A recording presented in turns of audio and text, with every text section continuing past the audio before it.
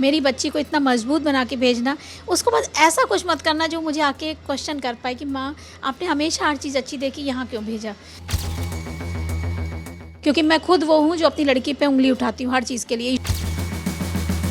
Big boss के घर से जब मैं बाहर आई तब उसका मैसेज आया था मेरे पास। Hello guys, welcome to Telly Masala. This is me Ambika Singh और मेरे साथ है ईशा की मम्मी। सो आपने देखा होगा घर के अंदर प्रेस कॉन्फ्रेंस हुआ और बहुत सारी बातें हुई है। तो एक माँ होने के नाते मैं जानना चाहती हूँ क्या चल रहा है मैम आपके दिमाग में। क्या आपने प्रेस कॉन्फ्रेंस देखा? सबसे पहले तो मैं यही जानना एक्चुअली कल वाला नहीं देख पाई, वो मैं आज देखूंगी। कल मैं बाहर थी तो मैं देख नहीं पाई हूँ। वैसे मैंने एक भी एपिसोड लाइव कुछ नहीं छोड़ा है, लेकिन यहाँ पे थोड़ा सा चूक गई मैं, तो कल का नहीं देखा। जो भी प्रोमोज़ वगैरह आपने देखे होंगे, जो भी परसों का भी जो एपिसोड आपने देखा होगा, वो देखकर बीइंग अ मदर क्या फ़ील हुआ आपको? कैसा लगेगा? पेन होता है जब अपने बच्चे को इस तरह के कटाक्ष झेलते हुए देखो ना, तो आपको बहुत दर्द होता है। मुझे लगता है हर माँ इस चीज़ को फील किया होगा। यदि अपनी बच्ची के रूप में यदि देखा होगा तो लगता है, बुरा लगता है। अच्छा सच्चाई हो तो फिर उतनी तकलीफ़ नहीं होती, क्योंकि मैं खुद वो हूँ जो अपनी लड़की पे उंगली उठाती हूँ हर चीज़ के लिए। ईशू मुझसे बोलती है कई बार कि आप मुझे अच्छी चीज़ें कम बताती हो, आप मेरी बुराइयाँ ज़्यादा बताती हो, लेकिन यहाँ पे बिल्कुल सरासर सब कुछ गलत है। इसलिए मुझे बहुत दुख होता है। मैम अगर मैं गलत नहीं हूँ तो आप ही वो है जिन्होंने ईशा को पुश कर करके शो में भेजा है, क्योंकि वो खुद कंफ्यूज थी जाऊँ या नहीं जाऊँ। लेकिन कहीं ना कहीं आपकी वजह से ईशा शो में गई हैं। तो अब जब इतनी सारी चीज़ें हो रही है, आपको रिग्रेट है कि आपने क्यों भेजा? एक बार को लगता है कई बार कि क्योंकि जब मैंने उसको भेज दिया ना, उसके बाद ऐसा नहीं कि मैंने ज़बरदस्ती भेजा है। मैंने उससे हमेशा बोला, हर काम में हमेशा बोलती हूँ ईशू तुम्हारी इच्छा है कि नहीं, और वो बिल्कुल तैयार नहीं थी। पर उसको लगा माँ को बिग बॉस पसंद है, इसको अच्छा लगेगा शायद, मुझे ऐसा लगता है, और उसने हाँ कर दिया। और जब वो कुछ घंटों में ये चीज़ हुई ना, रात तक तो उसने शूट किया है, उसके बाद ये चीज़ हुई। तो मैं जिस दिन वो एंटर हो गई ना, और मुझे थोड़ा सा बाद में लगा कि मैं सच में भगवान के आगे हमेशा हाथ जोड़ के हर दिन मैं उनसे यही बोलती हूँ, मेरी बच्ची को इतना मजबूत बना के भेजना, उसको बस ऐसा कुछ मत करना जो मुझे आके क्वेश्चन कर पाए कि माँ आपने हमेशा हर चीज़ अच्छी देखी, यहाँ क्यों भेजा। तो पेन होता है जब ये सब चीज़ें देखती हूँ, बहुत बुरा लगता है सच में। मैं कई बार इतनी दुखी होती हूँ लोगों की मानसिकता पे, सोच पे। पर ठीक है, पर एक तसल्ली ये होती है कि ठीक है, मेरी बच्ची स्ट्रांग भी तो बनाना है। ये लोग मेरे साथ रहती तो नहीं रहती शायद। ठीक है। एक माँ बाप के लिए उसकी बेटी का स्पेशली कोई अगर कैरेक्टर जज करे तो ये सबसे ज़्यादा दर्दनाक होता है, क्योंकि मैं खुद किसी की बेटी हूँ, मेरे भी माँ बाप है। और लेकिन जब उंगली उठाई जाती है, वो भी यहाँ तो नेशनल टीवी पे उठाया जा रहा है। क्या आपके दिमाग में चल रहा है? एंड किससे आपको कोई गिला शिकवा, मेकर से है या फिर उस प्रेस कॉन्फ्रेंस में गए जिन लोगों ने जो सवाल किया, जो जर्नलिस्ट ने, उनसे कोई गिला शिकवा है? कुछ मैसेज आप देना चाहते हो? देखिए, मेकर्स की जहाँ तक बात है, तो आप जब एक ऐसे शो में अपने बच्चे को भेज रहे हो जहाँ पे आपको पता है कि पर्सनल चीज़ें बहुत आ जाती हैं बाहर। मुझे यदि डर होता तो मैं भेजती ही नहीं, सबसे बड़ी चीज़ है ना। मुझे कोई किसी चीज़ का ऐसा डर नहीं था, तभी मैंने अपनी बच्ची को भेजा कि बहुत रियल है, जैसी है वैसी है, जाएगी। लेकिन मैंने देखा एक नैरेटिव सेट करा, बाहर से लोगों ने चीज़ें करी, तो ठीक है, वो उनकी सोच है। कई बार मैं बार बार बोल रही, फिर बोलती, मुझे ऐसी मानसिकताओं पे वाकई तरस आता है। और मैं ईश्वर से यही बोलती हूँ, समय बलवान है, आप जवाब देना सब चीज़ों का। आप क्या बोलोगे?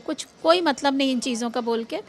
और बाकी वो मजबूत बन रही है, गिर के उठना सीख रही ना। हर बार वो गिरती थी तो मैं संभालने को थी, आज मैं नहीं हूँ, तो ठीक है। आगे उसकी अपनी लाइफ में आगे वो कितनी मजबूत बनेगी ना, तो मेरे लिए बहुत अच्छी चीज़ है। मैं हमेशा तो साथ नहीं हूँ ना, तो मुझे लगता है ठीक है, एक दुनिया में ये लोग तैयार कर रहे हैं मेरे बच्चे को लड़ने के लिए कि तुम स्ट्रांग बनो। तो मैं तो धन्यवाद करती हूँ नेगेटिविटी का भी।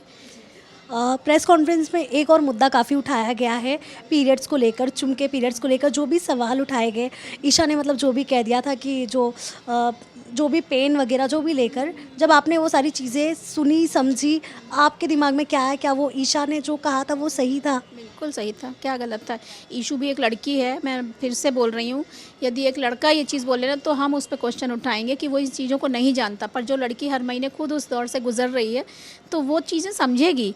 और रही बात, तो ईशू भी जो हथौड़े वाला टास्क हो रहा था, मिट्टी वाला, उसमें किस तरह से चीज़ें हो रही थी, तब ईशू भी उसी सेम टाइम पे सेम चीज़ें चल रही थी, तब वो चीज़ें मुद्दा क्यों नहीं बनी?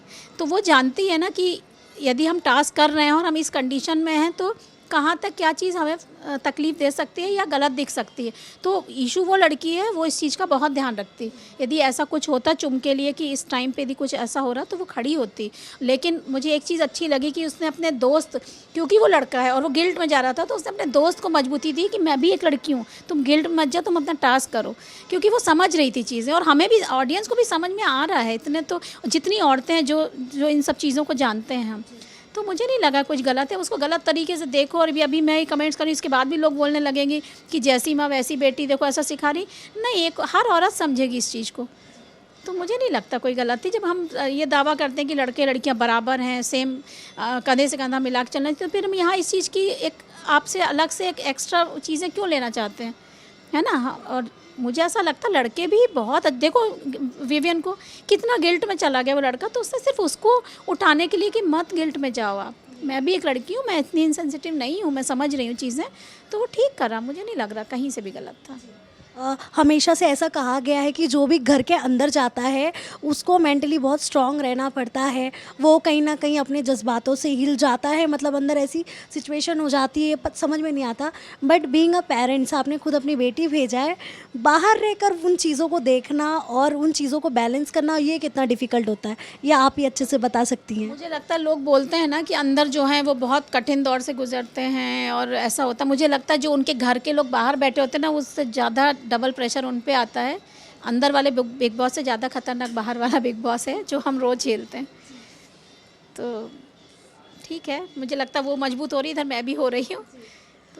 रजत की तरफ से ईशा के लिए काफ़ी प्यार मिल रहा है, मतलब एक सच में जो भाई बहन वाला बॉन्ड होता है, क्योंकि किसी को भाई या बहन का टैग देना ही बड़ी बात नहीं होती, उसे निभाना भी बहुत होता है। बट रजत के एंड से वो साफ कैमरे पे दिखता है कि जो प्यार वो शावर करते हैं। उन दोनों का रिलेशन कैसा लग रहा है? ऑल्सो जो रजत के ऊपर इतने एलिगेशंस लग रहे हैं कि गुंडा है, मवाली है, पता नहीं लोग क्या क्या बोल रहे हैं, पुराने इंसिडेंट्स जो निकाल रहे, तो आपको कहीं ऐसे इनसिक्योरिटी होती है कि यार मेरी बेटी कैसे इंसान को भाई बना ली है? रत्ती भर भी नहीं, 1% नहीं होती। मुझे लगता है यदि रिश्ता बहुत सच्चा है ना और अच्छा है, तो वो रिश्ते की यदि मर्यादा आपके पास है।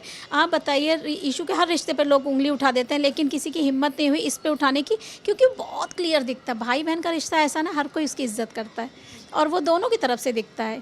बल्कि इशू की तरफ से मुझे कई बार शुरू में कम दिखता था, लेकिन रजत का एक नेचर क्या है ना, वो जिसके साथ बैठता है थोड़ी बुराई उराई कर लेता है, तो वो उसका अपना एक व्यक्तिगत नेचर है।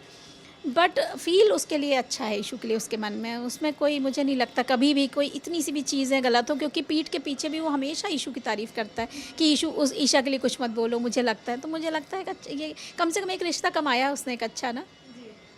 जितने बार मैम आप सुनते हो ईशा के नाम के साथ जब जोड़ रहे सब लोग चुगली आंटी, ये आपको कितनी बार हिट कर रहा है? अब तो छोड़ दिया। क्या होता ना, लोग एक टाइम तक इतना ज़्यादा करते हैं ना, आप सुन के तकलीफ़ झेल के फिर आप ना मजबूत हो जाते हैं। लगता ठीक है, आपको यदि हेट देना है तो आप दो, लेकिन वो खुद भी दिल में जानते हैं कि क्या सही है। क्योंकि जो लोग चुगली बोल रहे हैं ना, वो ये भी देख रहे हैं ना कि बाकी सब क्या कर रहे हैं, सब सेम चीज़ कर रहे हैं। तो ठीक है, उनकी मर्ज़ी है, उनकी सोच है, उनका नज़रिया है, उनको देखने दो। ये क्योंकि ये बिग बॉस तक है, बिग बॉस से निकल आएगी ना, तो वो लोग भी अभी जो ये सब एक नैरेटिव सेट कर रहे हैं किसी और के को ऊंचा दिखाने के लिए, फिर उनको हमारी बेटी से फ़र्क नहीं पड़ना है कि ये नीचे जा रही ऊंचे जा रही। वो अपनी ज़िंदगी, मेरी बेटी अपनी लाइफ है, अपने परिवार के साथ है। आपसे तो बात हो रही है, आप इंटरव्यू भी दे रहे हो, तो आपका पॉइंट ऑफ व्यू पता चल जा रहा है कि ईशा के लिए क्या है। बट घर पे ईशा के पापा भी हैं, भाई भी हैं, उनका क्या कहना है, उनका क्या रिएक्शन आ रहा है जब वो ये सारी चीज़ें देख रहे हैं? वो लोग मुझसे भी ज़्यादा स्ट्रांग हैं। वो बोलते हैं मत ध्यान दो इन सब चीज़ों पे, हमने अपना बच्चा भेजा, उसके अच्छाई से हमें फ़ायदा मिलेगा, कुछ भी उसके साथ अच्छा होगा, और यदि उसके साथ कुछ भी गलत होता है तो उसके खामियाजा हम लोग भुगतेंगे और हमें उस चीज़ को फेस करना, इन लोगों को नहीं। तो बल्कि मैं तो फिर भी कई बार कमज़ोर पड़ती हूँ इशू को देख के, पर वो दोनों बहुत स्ट्रांग हैं और खड़े हैं साथ में उसके हमेशा। चाहत अभी हाल ही में एविक्ट हुई हैं घर से, लेकिन उनका ऐसे कहना है कि उनकी जगह ईशा को बाहर होना चाहिए था। क्या लगता है आपको, ये सही है? अब उनको ऐसा लगता होगा, पर क्या होता है ना, आपके लगने से यहाँ कुछ नहीं होता। यहाँ ऑडियंस जिसको ले जाना चाहेगी उसको ले जाएगी, जिसको नहीं चाहेगी उसको निकाल देगी। ये ज़रूर है कि यदि ईशू बाहर निकल जाती पहले तो वो ये कभी नहीं बोलती कि मेरी जगह इसको जाना चाहिए था। लेकिन हाँ, बाहर जो हम जैसे लोग बैठे हैं, उनकी अपनी खुद की टीम्स बैठी हैं, लोग उनके चाहने वाले बैठे हैं, वो हमेशा बोलेंगे, वो अपने अपने को सबसे अच्छा मानेंगे, अपने जो भी उनका घर का बच्चा है या जो भी उनका क्लाइंट है या जो भी उनके फ़ैन हैं, वो हमेशा बोलेंगे इसकी जगह उसको निकलना चाहिए था। तो इन सब चीज़ों में कुछ नहीं है, क्योंकि जो निकलेगा वो हमेशा दूसरे को बोलेगा कि हम डिज़र्व करते थे। तो बहुत नॉर्मल सी बात है ये। बिग बॉस के एपिसोड में फैमिली वीक वाले में जब आप भी गए थे, चाहत की मम्मी भी गए थे, आप लोग सबका मतलब वो थोड़ा थोड़ा ग्लिम्स तो देखने मिला, वो भी जो आप लोगों के बीच में जो भी बहस हुई छोटी मोटी वो भी देखने मिली। बट उससे ज़्यादा क्या हुआ था जो शायद स्क्रीन पर नहीं दिखाया गया, जो आप शायद बता सके, आप दोनों के बीच में कुछ बातें हुई होंगी, क्योंकि आप भी बेटी की माँ हैं, वो भी एक बेटी की माँ है, तो आई एम श्योर एक अपनी अपनी बेटी को प्रोटेक्ट करने में काफ़ी बातें हुई होंगी। मैं कभी प्रोटेक्ट नहीं करती किसी के आगे। मुझे लगता है मैं अपनी बेटी को अलग से समझा दूंगी। मैं अपनी बेटी को इस काबिल बनाना चाहती हूँ वो अपने को खुद प्रोटेक्ट करे सबसे। और उसका सबसे सही तरीका ये है कि ऐसे लोगों को जवाब मत दो जो आपसे जवाब नहीं चाहते, सिर्फ आपको गंदा दिखाते हैं। तो आप, क्योंकि जवाब दे के आप गंदे दिखोगे ना, आप वो कुछ ऐसा बोलेंगे जिसका जवाब भी गंदा होगा। तो आप मत बोलो, उनको वहीं पर रोक दो जो और ज़्यादा बोलना चाहते हैं। आप बोलोगे तो उनको और मौके दोगे। तो जितना वो सोच के आए हैं उतना बोलने दो और बाकी शांत रहो। प्रेस कॉन्फ्रेंस में ऐसा कह दिया है अविनाश ने भी कि फ्रेंड से ज़्यादा वाली फीलिंग है। क्या कहना चाहेंगे अगर बाहर वो आते हैं, अगर वो दोनों को साथ में अगर कुछ आगे डेट करना या कुछ भी, तो आप क्या कहेंगे? बिकॉज दोनों ही मैच्योर है, बट आपने जितना भी आपने देखा अविनाश को, जितनी भी बातें की, आपको क्या लगता है आपकी बेटी के लिए सही है वो? अविनाश ने प्रेस कॉन्फ्रेंस में नहीं, उससे पहले ही बोला है ना, उसने तो खुल के बोली हैं चीज़ें। और रही बात बाहर आने के बाद चीज़ों की, तो मुझे ऐसा लगता है कि मेरी बेटी बच्ची तो है नहीं है, बड़ी हो चुकी है, उसकी अपनी इच्छाएं, अपनी चीज़ें, अच्छा बुरा समझने का भाव है उसमें। पर फिर भी क्योंकि मैं माँ हूँ और एक अनुभव है ज़िंदगी का, तो मैं, यदि मेरी बेटी दोस्ती रखती तो मैं कहीं से, कोई हस्तक्षेप मेरा नहीं है। लेकिन यदि मेरी बेटी बोलती है कि मैं दोस्ती से ऊपर भी कोई रिश्ता रखना चाहती हूँ या मैं कुछ अपने भविष्य के लिए सोचती हूँ, तो फिर मेरी पहली जिम्मेदारी है कि मैं फिर बाकी चीज़ें देखूँगी और उस तरीके से अपनी बेटी को, अच्छा है बुरा, अच्छा होगा तो बहुत अच्छा, मैं हमेशा उसके साथ हूँ। यदि मुझे कहीं कुछ ऐसी चीज़ें दिखेंगी जो सुधारने की ज़रूरत है या छोड़ने की ज़रूरत है, तो मैं उसमें अपनी एक समझाइश रखूँगी, बाकी डिसीजन हमेशा उसका ऊपर रखूँगी। मैम, ईशा की एक खासियत तो ये ज़रूर देखने मिली है, उन्होंने नाम तो कमाया इंडस्ट्री में, लेकिन दोस्त भी काफ़ी अच्छे कमाए। अब जब इतना डिफ़िकल्ट टाइम जो चल रहा था, इसमें कहीं ना कहीं शालीन ने भी काफ़ी सपोर्ट किया, उन्होंने खुद वीडियो भी बनाया, बहुत सी चीज़ें उन्होंने एक्सप्लेन की। क्या कहना चाहेंगे उस पर? एंड आपकी कोई बात हुई शालीन से? नहीं, बहुत ज़्यादा बात नहीं, वैसे भी मेरी बहुत ज़्यादा ऐसे बात नहीं होती थी। वो जब इस साइड आए तो मुझे फ़ोन कर देते थे कि आपके हाथ का खाना मुझे पसंद है, तो मैं आऊँगा इस तारीख को। तो 2-3 महीने में एक आध बार वो हमेशा आए हैं मेरे पास।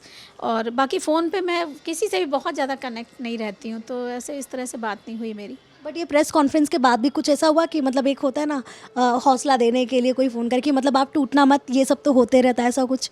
नहीं, ये चीज़ जब इशू का बिग बॉस में हमने सोचा कि जाएगी, तो मेरा सबसे पहला कॉल उन्हीं को था, क्योंकि अभिषेक और शालीन 2 इशू के दोस्त थे जो बिग बॉस कर चुके हैं। तो मैंने सबसे पहले पूछा, तो उन्होंने मुझे यही बोला था कि आप एक बाहर भी बिग बॉस झेलने को तैयार हो तो आप भेज दो।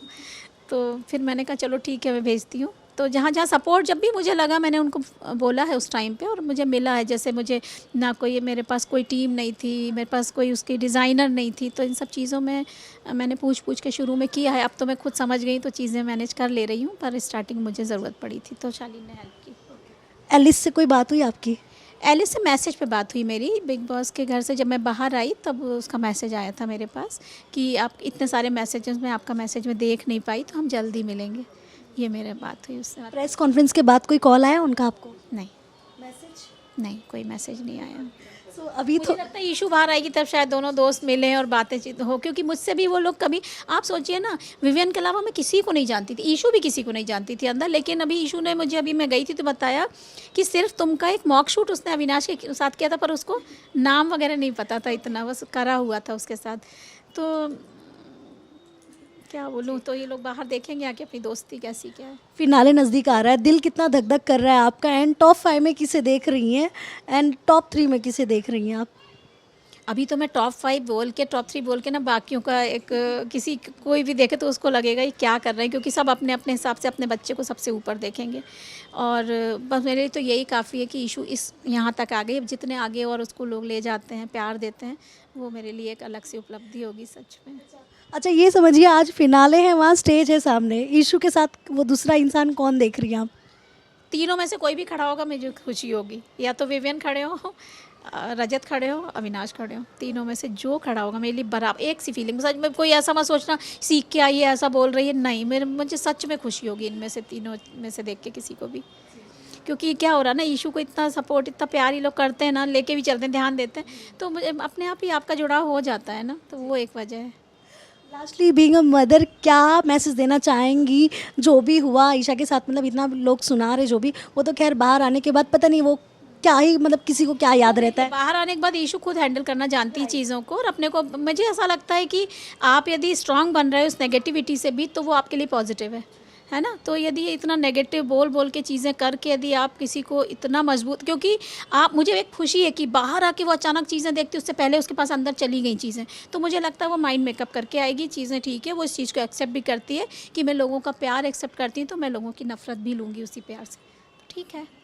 घर के अंदर फ्रेंड्स की एंट्री होने वाली है, क्या लगता है ईशू के साइड से कौन जाने वाला है अंदर? ईशू के जो खास दोस्त हैं वो सब बाहर हैं, अभी मुंबई में है नहीं, ये सबसे बड़ी तकलीफ़ की चीज़ है। और जो दूसरा एक दोस्त है जिसका जाना था सुबह, उनकी दादी अभी वेंटिलेटर पे हैं, तो उसको भी आउट ऑफ मुंबई जाना पड़ा। तो अभी मुझे कुछ नहीं पता कि उसके साथ कौन जाने वाला है उसकी तरफ से।